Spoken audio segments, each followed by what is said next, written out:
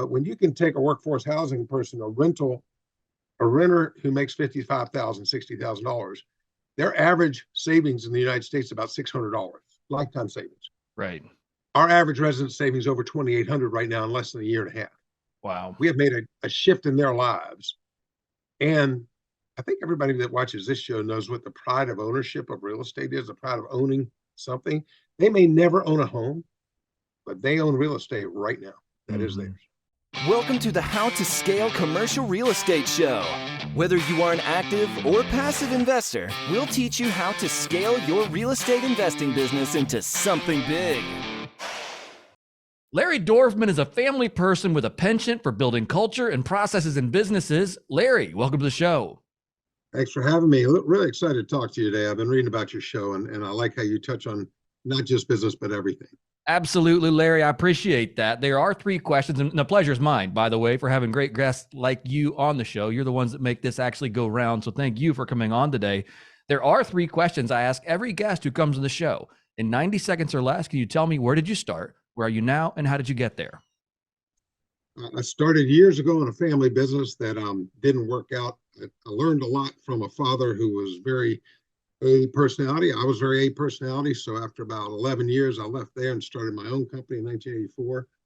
Retired from that in 2019. And then one of my kids helped me fail at retirement and brought me into a new thing we're working on in the real estate business. So I've been investing in real estate for a lot of years, passively with one of my kids. But now we are actively building something very special. Failed it. I can only imagine. I mean, working that hard for that long, it's going to be tough for all of us. I mean, was there ever that grand vision of like actually retiring, or was it just maybe slowing down that didn't work out?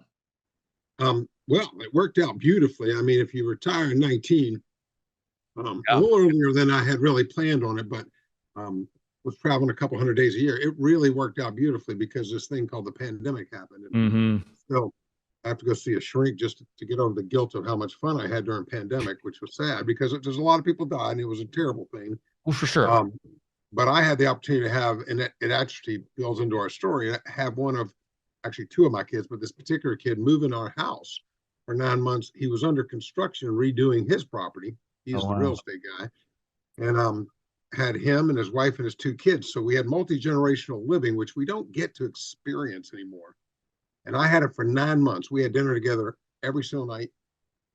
This idea that we're into now, which is called Roots Real Estate Investment Community, was his and a friend of his. And he started talking to me about it. And the next thing I know, he's dragged me out of retirement back into playing. But I don't think it's the slowing down. I had a great time slowing down. I still get to play at my own pace. That was my first question when he said, no, I don't want advice. I want to know if you want to do it with me. And I said, you mean go back to work?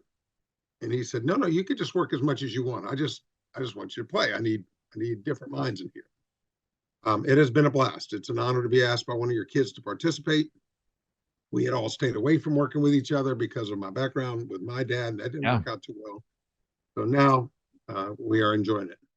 That's really cool. And I think that's extra special. Thanks for sharing that, because there are, myself included, many of us that would probably, avoid working with family just because we go, I know you and I know your quirks and I know my quirks and I know how those quirks may not work together so well. And I think having, again, just a testament of what you said there in your bio, building, I think it was something to the effect of focusing on family and businesses that, I can't remember how I read it, but anyway, it ties into what you were talking about just right there, that your kids were able to move in with you, your grandkids were able to move in with you for 9 months, and you look back on that time fondly. That's really, really cool. Yeah. How does that kind of approach to life impact, or how has it impacted the way you do business? Entirely. I mean, literally entirely. That's such a great question, Sam. I mean, what a great question. We don't really look at business and personal. If I ever wrote a book, it would be called It's More Personal Than That, because it's only business. It's not personal is probably the biggest load of, in history, because we live our lives and it's one life, and the time that we have is all mixed together all the time. So it's not about balancing work life, it's just balancing life. Right. And so about 12 or 15 years ago, very A-plus personality, drive in a business from 1984 to call it 12 or 15 years ago, when I always stayed very engaged with my kids. But when I started to realize that hammering that nail all day long wasn't getting what we wanted, it was actually causing things to slow down in the business. We became an org chart with almost 300 people on it, 250 people on it, with me in the middle and everything going through it. And that really doesn't work. And so I picked up a book suggested to me by a very dear friend and client of mine called Traction by Gino Wickman. And man, I'll tell you what, we took that thing. It was intended to be for, companies with 10 to 50 people. We tripled the business in about 4 years after starting it. And it really gave us a process that mixed into our philosophy. We had a really good culture already. We believed in treating people well, but when something wasn't done, we'd still be hammering, right? Well, it wasn't done because there was no process to execute. So once we got a really solid execution process in place, it just made being nicer to each other and having more compassion in our requests, understanding when somebody failed, helping them succeed after that. It just turned into another thing. And we got bigger and bigger. That's amazing. That's amazing. Yeah, and that book certainly is at the top of the list of books recommended on this show for people looking to scale their businesses. I want to come back and talk more about the culture side of your business here in a little bit. But it sounded like, a company with 300 plus people in it. That's a sizable operation. Yeah, when I left it had about 526 and 19, and today I think they probably together they just made an acquisition, maybe another 250. Wow. So it's a good sized company. It's been around a long time, because anytime you stay more than 5 years, 10 years, 20, now 30 something at this point. And the culture at that business was built on the basis of what's called an inverted pyramid, where a service organization where the CEO and the C team are at the bottom. And instead of sitting at the top of this org chart and looking down at people, I can't even hear the term push it down through the organization. I just want to throw up. I want to look up and help the next group of people above us have the resources and things they need, right, to do their job and get out of their way. And then they need to do the same thing. Because at the end, the big wide part is the one that's touching the customer. Yeah. And that's who you need to listen to, respect the most, and really get your feedback from to see how your business runs. And so that's sort of the kind of culture we built. Yeah, and that was something I'll go back to a story I read on Southwest Airlines. Now, of course, they've had their fair share of trouble here recently, but this was maybe 30 years ago, and it was kind of a revolutionary thing they did, where they went out to the flight lines and they talked to all the baggage handlers, they talked to the mechanics, they talked to all the people going, hey, how can we make this thing better? And the treasure trove of information that they gleaned from that study really changed the trajectory of their business. So I like that idea of the inverted org chart. You've been in real estate, all these years, you go into retirement and your son comes to you and he says, hey, I got something cool. This is what I want your help with. How is it different and what is it? Yeah, so first of all, I wasn't in real estate. I was actually in automotive business. I was investing in real estate with Daniel. Got it. Daniel's been doing syndicated deals. Daniel, 13, 14 years ago, every dollar he and his wife could collect, they bought another rental. The typical build one at a time basis, until they had a portfolio of 20, 30 homes. He was trying to build, passive income to where he wouldn't have to work at all. But he has a little fire in him, so that didn't work out too well. He just kept on going.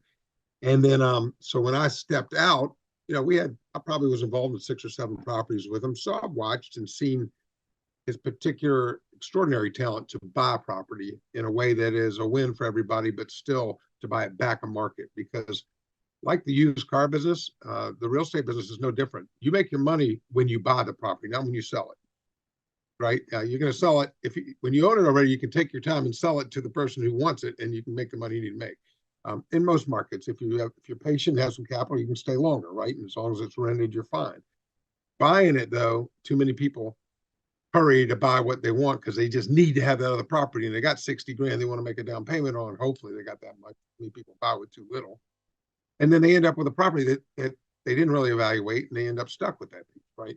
So I watched Daniel do that. When he came to me with this idea, I thought, wow, this is different. So I'll answer that question. What's different about it? Over the years, we have some experience with a lot of residents living in our properties and what it's like to turn the property and the maintenance costs and all those pieces.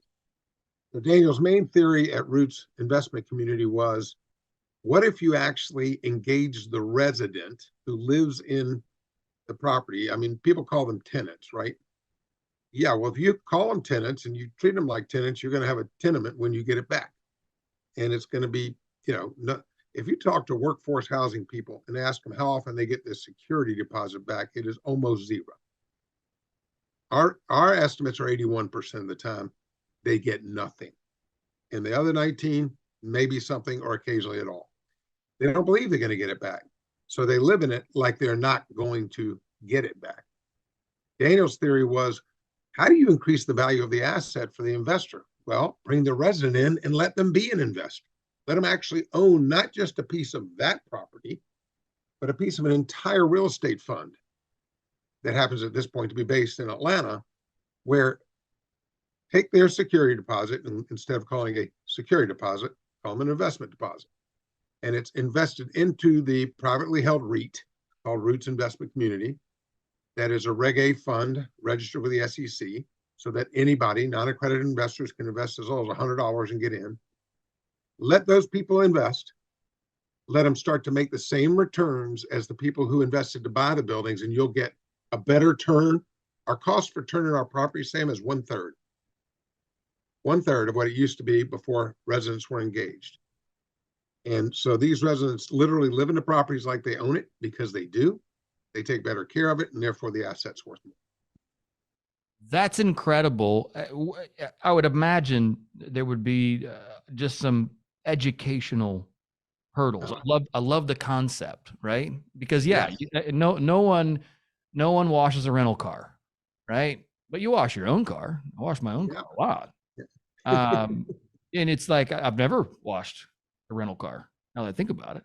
And the same thing for these, residents that you have, but there needs to be some education component, because a lot of, I'm just, projecting here, but I would imagine that this workforce housing resident doesn't have that typical mindset of how to invest in real estate, how to own part of a company, how to be an owner. How do you engage that? Yeah, how about even how to own a property, right? So give me an example. The rules are really simple. Living it like you own it is a trademark we've got, and it means that you're going to pay your rent on time. You're going to be a good neighbor, because we have duplexes, triplexes, etc. And once a quarter, you're going to help us and be the eyes on the property, not as a police person, but as a helper, saying, here's a video showing us the inside and outside of your property. If it's an apartment, it's just the inside, obviously. And you're going to show us anything you think needs work. By the way, at the same time, you're showing us that you're taking care of it, right? Right. So anything needs work. So if you see a dark spot in the bathroom, don't ignore that. Don't think we don't want to know. We do want to know, because that could be a water leak for about $150 right now, right, or a mold abatement problem for $4,000 later on. Right. So when Daniel first said to me, I'm going to get him to do a video every quarter, I said, you're out of your mind. Right. People are not going to do that. He says that it is about just what you just said, education. And if we communicate properly, they'll do it. Well, we are in our seventh, we just finished our our sixth quarter in the fund. Last quarter, first quarter of this year, we had the largest success rate. 83.7% of our residents, is right at 100 doors, actually did everything, paid the rent on time, were great neighbors, and took the video. And when they do that, they not only get their reserve that's been put away in their account, they get a $50 rebate in rent put in their account every month. Wow. So in a year, let's take a $1,400 rental. In a year, they've got $6,000 plus the lift of the quarterly dividends. They can either take those dividends in cash or put them back in their account, and the increase in the net asset value of the fund, which has averaged about 10 or 11% in the first year and a half per year annually. So in 2022, this fund made 16%, including dividends and net asset value lift. So you've got residents who are involved. And number one big winner story, we got We had a resident come to us. They live in a single family home where downstairs is a basement unit and upstairs is a 3-bedroom, 2-bath. They're in the side door entrance to the basement unit. And be honest with you, it wasn't looking that good. Yeah. Right. They're walking around the path. It was just a path to the basement. They asked if we would buy them some supplies, if we'd reimburse them if they went out and bought the supplies and redid their entryway. I got the pictures yesterday, and it's incredible. $260 worth of materials we gave them, and they had to put 3 weekends of work into this thing. Beautiful walkway, 2 chairs, stones, I mean, just beautiful. They improved our property. Sure. Right. And they're looking, all of them are on a platform, a digital technical platform we built that they can see their growth, they can see their money. And yes, we're reminding them every month, and we are educating them. But when you can take a workforce housing person, a renter who makes $55,000, $60,000, their average savings in the United States is about $600, lifetime savings. Right. Our average resident savings over $2,800 right now in less than a year and a half. Wow. We have made a shift in their lives. And I think everybody that watches this show knows what the pride of ownership of real estate is, the pride of owning something. They may never own a home, but they own real estate right now. That is theirs. That's really cool. Well, what motivation for those of you who are listening to this show to go out and really rethink the way we do resident engagement? I mean, that's just a really cool success story. I've got several questions, that kind of tie into that, though. One of them was an automation question, which I think maybe you answered there, because part of me goes, okay, 100 people sending me a video every quarter. Like, I mean, I'm thinking, how do you track that? How do you tie the right? Yeah, all of that built. Yeah, we're building a technology stack, which is critical to what we're doing, because look, we can't own property and do this all over the country, right? But we can lay a piece of technology over any other landlord who wants to improve their landlord-resident relationship, who wants to have their property better taken care of, who's willing to not only make money, but make it with their residents. And by the way, you make more when you include everybody. Yeah. Right. And then there's just we foresee about 1 million people on this platform. That is our objective, is to help 1 million people grow wealth, non-accredited investors who haven't been able to get into real estate, and residents, not only of our properties, but residents of other people's properties, who can use the same implementation with the tools needed that we can assist with.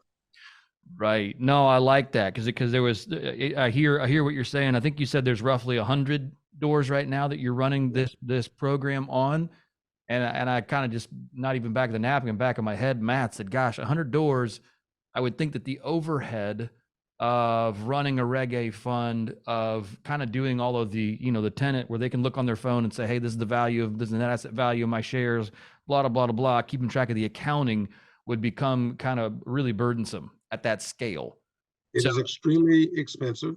Yeah. So it puts up a barrier to entry to other people who learn about what we're doing and want to do it. We want everybody to do it. We just want them to use our technology. Right.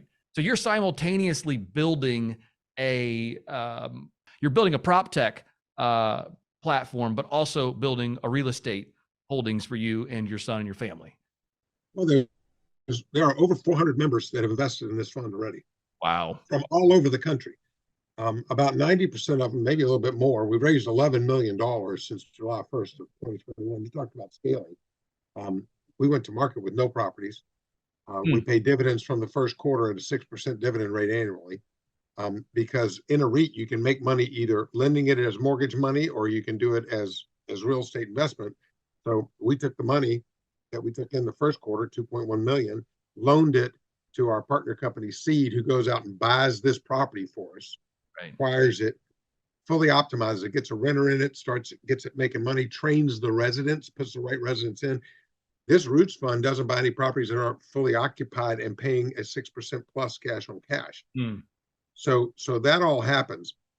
And when you have building that piece, the real estate piece is really the basis upon which we can build the technology to take elsewhere. Because let's say a landlord has properties in Texas right now, right? They're not going to go spend the money to be a Reg A and do what we're doing. It's just not going to happen. Right. But here's the deal. If their 400 residents will take care of the property they are living in, then they can own a piece of a fund that is a nationally accessible fund, compliant under SEC Regulation A, and they can invest their reserve and earn rental rebates and build wealth. Okay, it's Atlanta, Georgia, one of the best markets in the world. Right. So it's not any different. One of the things we like is it's not a single asset property, right? I mean, one asset properties are long holds.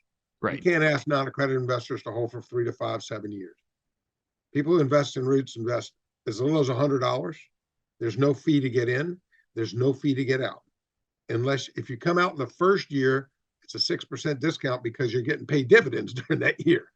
But if you stay long enough to get capital gains 1 year, no fee to get out, and every quarter you can redeem up to $100,000 any individual. So it's a pretty liquid real estate investment. Wow. That's really, really cool. Larry, you guys have put a ton of thought and I bet a lot of late nights around the kitchen table figuring out how exactly to get this thing done. And I can't imagine the amount of work that's gone into this. What would you say are some of the really things that you feel like you've done really well that others people should emulate when taking on a monumental task of this size? Like, what's something you said from the outset, this is the way we're going to do this and actually get it done? Number one, make your mistakes when you're small. So don't be in a hurry. We just were not going to go out. And this is where one of the problems of institutional investors buying 1,000 homes and ended up with 500 of them they need to sell about right now, right? Right. So for us, we didn't have that wherewithal anywhere, that capability. So we were very, very focused on making all of our mistakes while we're small. Yeah. We're still making some mistakes. But when you're writing a piece of technology that you're going to consider to be a SaaS product that's going to go national, you got to get all that worked out. So that would be the number one thing. Number two, really build a team. People are everything. They make all the difference. And I believe very strongly in a friend of mine, Dave Anderson, who's a real motivational speaker. He's awesome. He says, hire slowly and fire quickly. We haven't made every decision perfectly, but when we meet somebody and talk about them coming on our team, they're going to read a couple of books we've read. They're going to read our core values, which stand very important for us. They don't sit in our wallets. They sit on our desks. They're going to understand what's expected of them, and they're going to tell us what they expect from us, and then we're going to live by that together. And, really basically people who will do what they say they're going to do and be accountable to themselves. Once you get the two things together, that and don't be in a rush to get it done, you can start to build something in a basis upon which you can scale from.